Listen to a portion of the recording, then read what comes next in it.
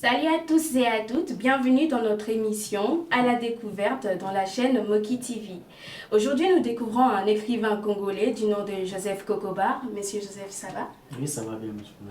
Alors, on aimerait tous savoir d'où vous est venue l'inspiration de votre nom, Kokobar. Bon, l'inspiration du nom Kokuba, on m'avait surnommé ça, je peux dire, en Kinshasa. Et il y avait un truc de jeunes, je peux dire. Alors, j'étais à l'auteur, j'organisais les sorties des jeunes et tout qu'on sort. Alors, comme j'étais à l'auteur, on avait jugé bon de me donner ce nom, Kokuba, que veut dire arrière-grand-père. Oh, ok, ça a l'air très inspirant.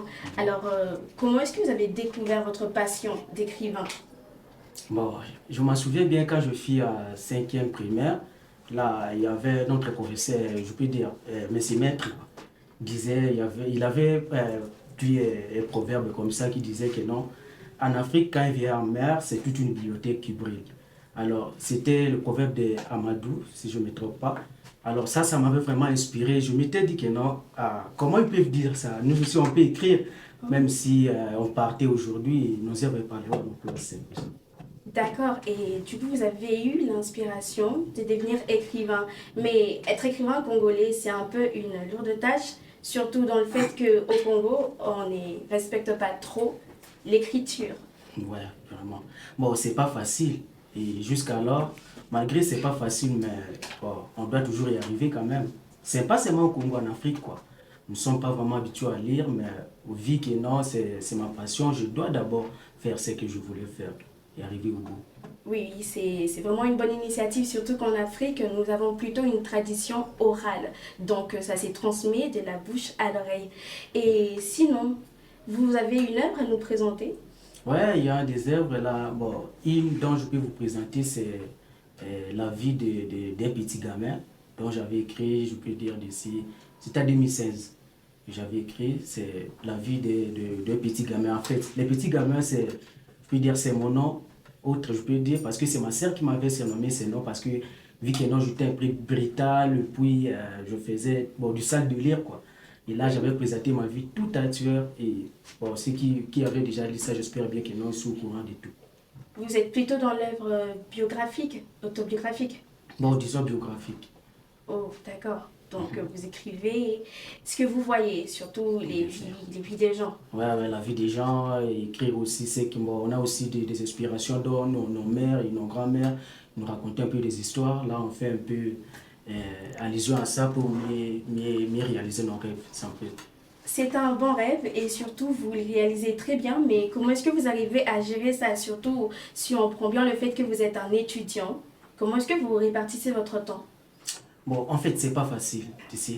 Disons, je prends mon temps, bon, quand je suis à la fac, disons, ici on sort à 16 heures, j'arrive à la maison à 16h30, et je prends mon temps, j'ai juste 30 minutes de me reposer, et après les 30 minutes, de 17h à 21h, je me mets au travail. Donc, Oh, c'est un peu ça, et ça, souvent, bon, je suis en train d'écrire avec la main, malgré il y a deux livres, mais actuellement, j'écris encore avec la main, vu que je n'ai pas encore quelque chose où je peux aussi réaliser d'autres livres. donc vos livres n'ont pas encore été édités. Bon, oui, non, non, pas encore. D'accord, donc si vous avez un conseil à donner à une personne pour être inspirée, le lieu exact où quelqu'un peut être inspiré.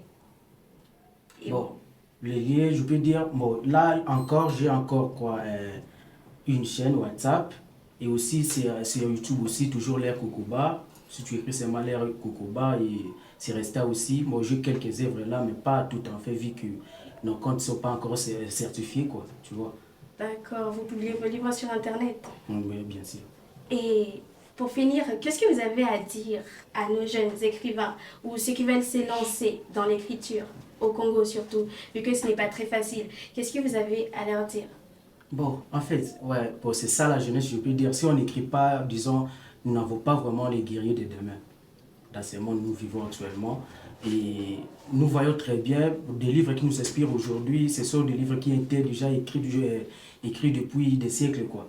Et jusqu'alors, on est en train de lire, disons, qui là, Socrate et d'autres là. Vraiment, personnellement, vraiment, ça ne me plaît pas. Moi, je veux qu'un Congolais, un jeune, soit capable d'écrire un livre et d'avoir vraiment, je peux dire quoi, l'envie, vraiment, l'inspiration de laisser même une œuvre avant sa mort pour qu'il puisse, pour que l'œuvre là puisse parler à sa place.